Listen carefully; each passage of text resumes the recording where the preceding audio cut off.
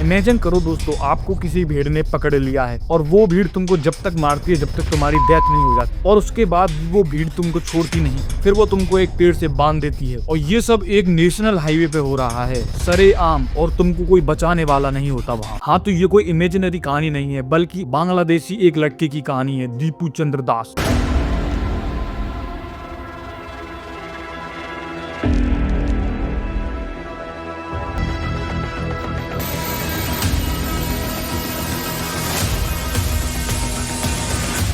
आज की इस वीडियो में हम गहराई से समझेंगे कि कैसे एक छोटी सी अफवाह के चक्कर में एक जान चली गई और उसके साथ एक घर भी बर्बाद हो गया। बल्कि ये सिर्फ बांग्लादेश तक ही सीमित नहीं, हमारे इंडिया के लिए भी बहुत बड़ा खतरा है। यही समझेंगे आज हम इस वीडियो में। तो मेरी एक छोटी सी विनती है कि इस वीडियो को छोड़ के मत जाना, एंड तक देखना, तभी आपको कुछ समझ में आएगा कि कैसे बांग्लादेश के उस हिंदू के साथ ये दुखद घटना हुई और कैसे इससे हमारे इंडिया और हमारी 7 सिस्टर्स स्टेट को खतरा है। और उस ख्वाब के बारे में भी जानेंगे जो बांग्लादेश में बैठे कुछ लोग देख रहे हैं, बांग्लादेश को द ग्रेट बांग्लादेश बनाने का। और इन सब के लिए इंडिया क्या कर रहा है, चलिए शुरू करते हैं इस वीडियो को। आपसे एक छोटी सी उम्मीद रहेगी, अगर आपको ये वीडियो पसंद आए तो इस चैनल को सब्सक्राइब कर लेना, ताकि और भी इसी तरह की वीडियोस आप देख पाओ। बात है 18 दिसंबर 2025 शाम की। दीपू चंद्र दास, जो 27 साल का एक आदमी था, मामन सिंह जिले के भालुआ में एक गारमेंट फैक्ट्री जिसका नाम पायोनियर कैंटवेयर, रोज की तरह वो आज भी उसी में काम कर रहा था। उस पर ईसा निंदा यानी इस्लाम के प्रति अपमानजनक टिप्पणी करने का आरोप लगता है। ये आरोप ऐसे ही नहीं लगा था। पहली बात, दीपू चंद्र दास उसमें अकेला ही हिंदू वर्कर था, और उसकी इस घटना से कुछ देर पहले ही अपने 2 साथी जो मुसलमान थे उनसे झड़प हो जाती है।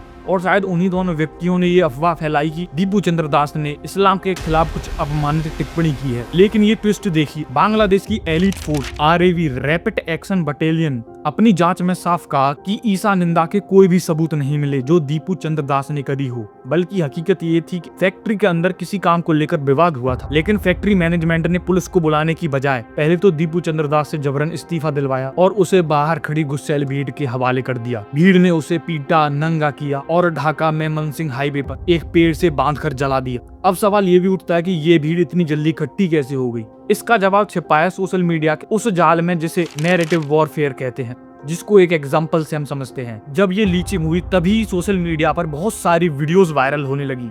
उन्हीं में से एक वीडियो ये भी थी। वीडियो बांग्लादेश में दीपू चंद्र के साथ जो हुआ वह बहुत ही अच्छा हुआ। वीडियो में साफ देखा जा सकता है कि बॉलीवुड के संजय दत्त ये कह रहे हैं कि जो भी हुआ दीपू चंद्र दास के साथ वो बिल्कुल सही हुआ। लेकिन जब इस वीडियो का फैक्ट चेक हुआ तब पता चला कि ये वीडियो एक बीफ फेक वीडियो था। असल में ये फुटेज उनकी 2017 की मूवी भूमि की प्रेस कॉन्फ्रेंस से लिया गया। आवाज को AI के जरिए बदला गया ताकि भारत के लोगों को भी उकसाया जा सके और बांग्लादेश में हो रही हिंसा को जायज ठहराया जा सके, क्योंकि बांग्लादेश में हिंसा आज से नहीं हो रही या फिर ये कोई नया केस नहीं है। खैर, बांग्लादेश तो इस आग में पिछले कई महीनों से जल रहा है।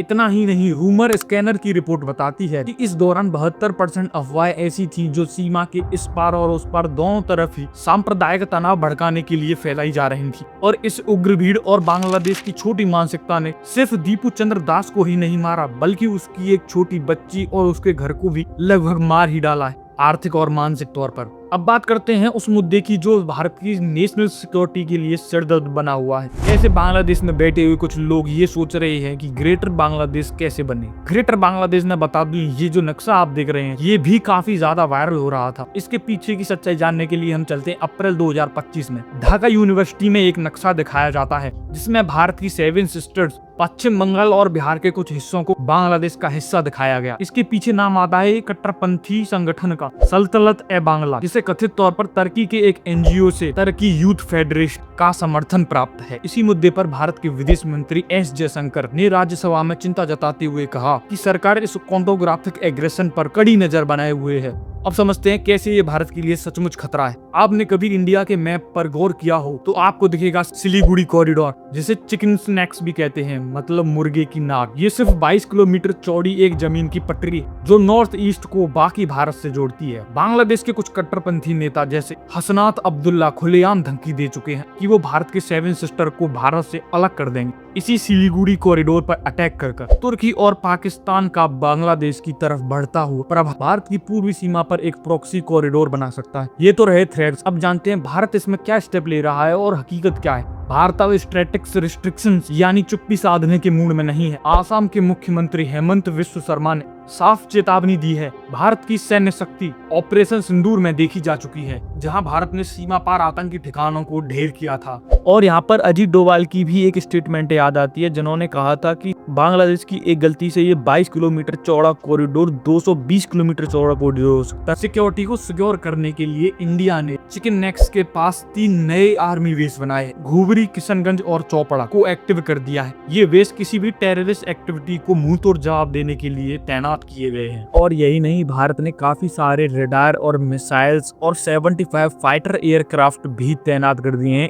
इसी सिलीगुड़ी कॉरिडोर पर। दीपू चंद्र दास की लीचिंग सिर्फ एक इंसान की मौत नहीं थी, वो एक चेतावनी थी कि कैसे अफवाह और कट्टरपंथी विचारधारणा किसी भी देश की स्थिरता को खत्म कर सकती है। बांग्लादेश में जो भी हो रहा है वो सिर्फ उनका आंतरिक मामला नहीं, बल्कि दक्षिण एशिया के लिए एक बहुत बड़ा सिक्योरिटी थ्रेट है। इंडिया को इसमें जरूरत से ज्यादा सतर्क रहना पड़ेगा और सोशल मीडिया पर किसी भी भड़काऊ या वायरल वीडियो पर तुरंत से ही भरोसा ना करना चाहिए। आपको क्या लगता है कि बांग्लादेश जिस तरह से आग में जल रहा है वो ऐसे ही जलता रहेगा, या इंडिया को इसमें इंटरफेयर करके कुछ करना चाहिए? आप अपने सुझाव इस वीडियो के कमेंट सेक्शन में दे सकते हैं। अगर कंटेंट पसंद आया हो इस चैनल को सब्सक्राइब करके हमारे साथ जुड़ भी सकते हैं, और जितनी ज्यादा ये वीडियो शेयर हो सके उतनी ज्यादा इसको शेयर करें।